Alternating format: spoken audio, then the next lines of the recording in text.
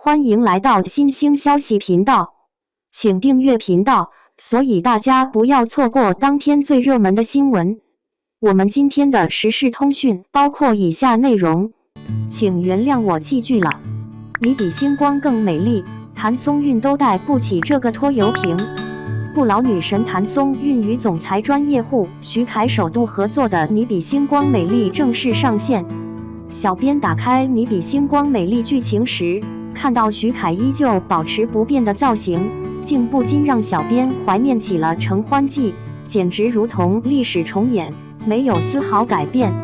说真的，你们现在看到徐凯那张面无表情的脸和同样的37分发型，不看湿湿肿胀的五官，能分辨出这是哪部作品吗？就在小编满腹疑问时，终于在《你比星光美丽》的评论区找到了一条让人茅塞顿开的回复。一位志同道合的网友打趣道：“徐凯要变成总裁专业户了，妆造不变外，竟然还是没特点的状态。”幸运的是，谭松韵那张娃娃脸不仅撑起了《你比星光美丽》的收视率，还激发了观众们的追剧热情。然而，在出于好奇看了一会儿剧情后，我发现徐凯不仅存在面瘫脸的不足，他的本能表现也相当令人失望。面瘫精髓的定义，季星原以为一旦成功获得赵总的投资，他期待已久的升职就会轻而易举的到手。最终，季星因为曾敌暗恋韩婷而遭到刁难，被派去售后部协助工作，这对于一位工程师来说简直是大材小用。坦率地说，谭松韵不仅在情感戏方面表现出色，她还精彩地展现了女性在职场中的心理活动。特别是季星小心翼翼地向领导询问调岗的缘由后，那种心灰意冷的神情立刻出现在她的脸上，实在太真实了。然而，更令小编大为震惊的情景是，季星强忍着笑容说：“公司给我开这么高的工资，我现在只是去跑外勤，会不会不划算呀？”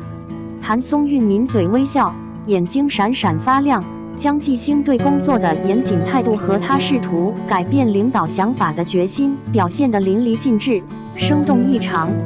然而，曾敌的刁难并未停止。由于与季星关系较为密切的一位女同事平常出现了数据核算错误，季星的上司便将领导、主持和核算的任务全都交给了他，要求他带领大家一起工作。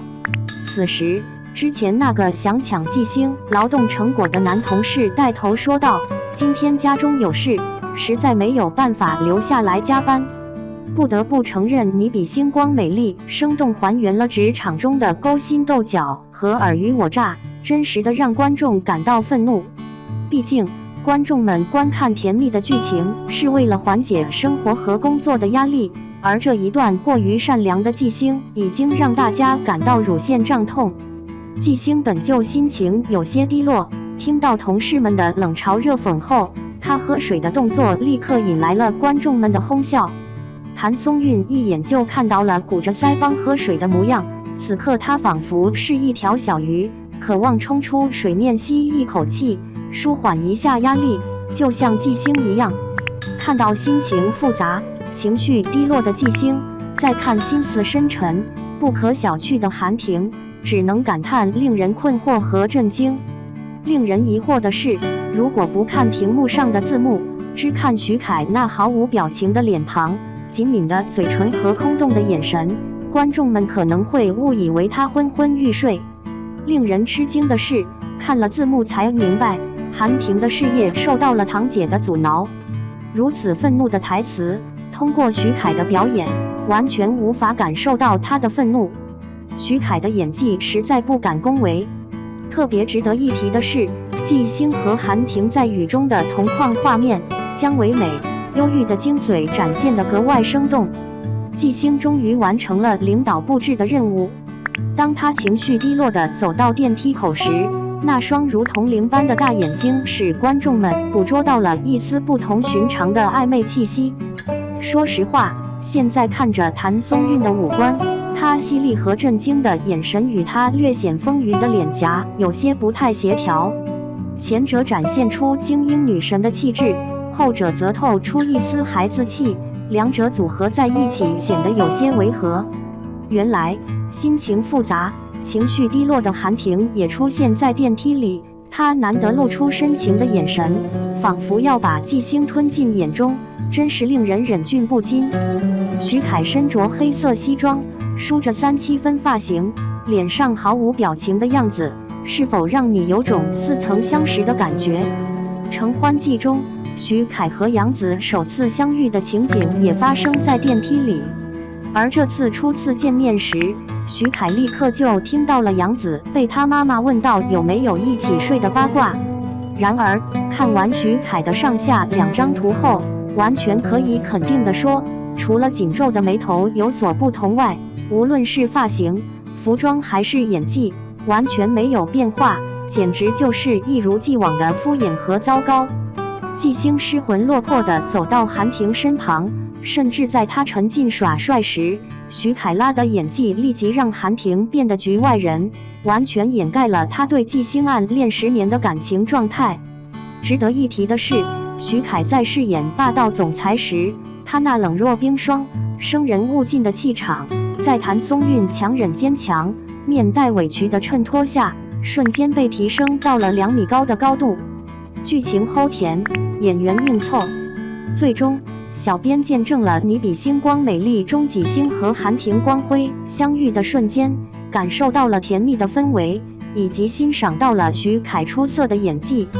试问，韩婷从车上潇洒的下车撑伞的姿态，再加上煽情的背景音乐和她那深情的眼神，还有她帅气的关车门的瞬间，是不是深深打动了你们的心呢？观众们在弹幕上纷纷留言，就知道韩婷不会让人失望，雨中送炭的就是她。有观众表示，果然剧情推进的跟我想的一模一样，只要纪星出现困难，韩婷就会从天而降，真的超级甜和好看。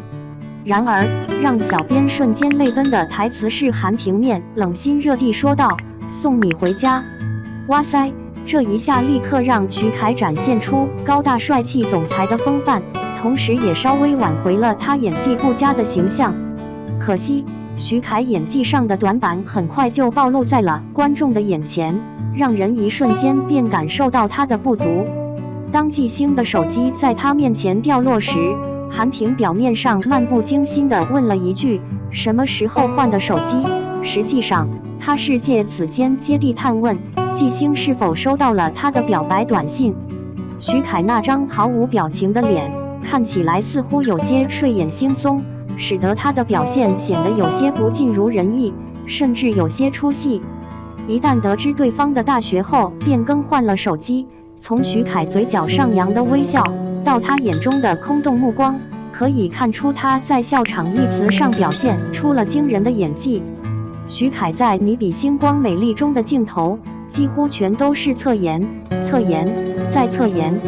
此外，在《你比星光美丽》中，徐凯的磨皮和美颜效果显得有些过度，一眼就能看出他虚假的发际线和耳朵上方模糊的紫色头发。《你比星光美丽》中，除了面容呆板的徐凯，还有脸型宽阔、下巴丰满、带着娃娃装扮的诗诗。仅凭诗诗那油腻的空气刘海、不得体的坐姿和恶狠狠的眼神，便将心怀恶毒、极度心重的女人形象表现得栩栩如生。诗诗的身价和演技被高估了，如果说她是一位高冷的创业女总裁，那未免有些言过其实。当曾迪和松林站在一起时，从松林那满是恐惧的表情来看，他显然被曾迪的可怕面容吓得魂飞魄散。结语：总体看完《你比星光美丽》最新更新的剧情后，尽管前几集主要讲述的是打工人纪星和总裁韩婷的故事，然而只要纪星和韩婷一相遇，氛围、亮点和粉红色的浪漫画面便纷至沓来。尽管纪星即将面临失恋的打击，但令人欣慰的是，他即将迎来激励人心的创业旅程和与韩婷你侬我侬的情节。那么，徐凯那张毫无表情的脸是否对你们追剧《你比星光美丽》的热情产生了影响呢？